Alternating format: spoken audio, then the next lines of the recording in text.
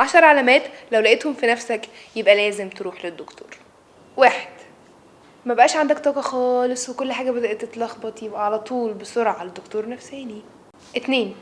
مودك بقى سوينج، فجأة متضايق فجأة مبسوط، قاعد مع اصحابك مبسوط، تقوم تلاقي نفسك مكتئب، يبقى اكيد في حاجة غلط ولازم تروح تكتشفها مع الدكتور. 3. زعلان والدنيا بدأت تسود في عينك وافكار الانتحار بتشاع من دماغك، يبقى في مشكلة اللي هي الاكتئاب.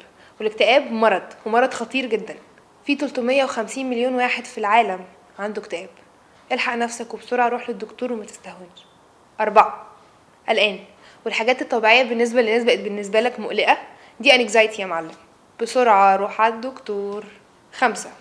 بوم، حدث منيل في حياتك مش عارف تخرج منه، مش عارف تتخطاه، موت حد من اصحابك، حد من عيلتك، سبت الشغل، صاحبتك سابتك، كلها حاجات لو زنقت فيها واتحشرت ومعرفتش تكمل يبقى في حاجة غلط ولازم تروح للدكتور. 6.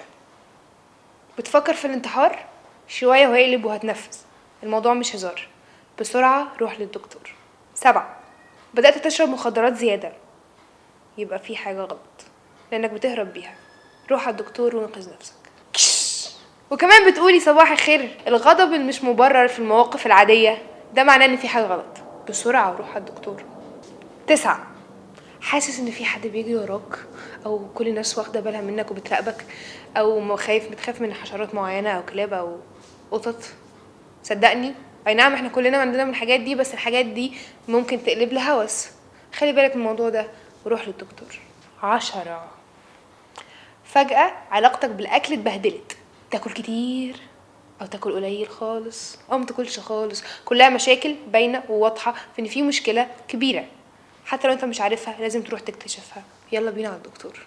من الاخر قيم نفسك واعرف ان محدش هيساعدك غيرك، فيلا.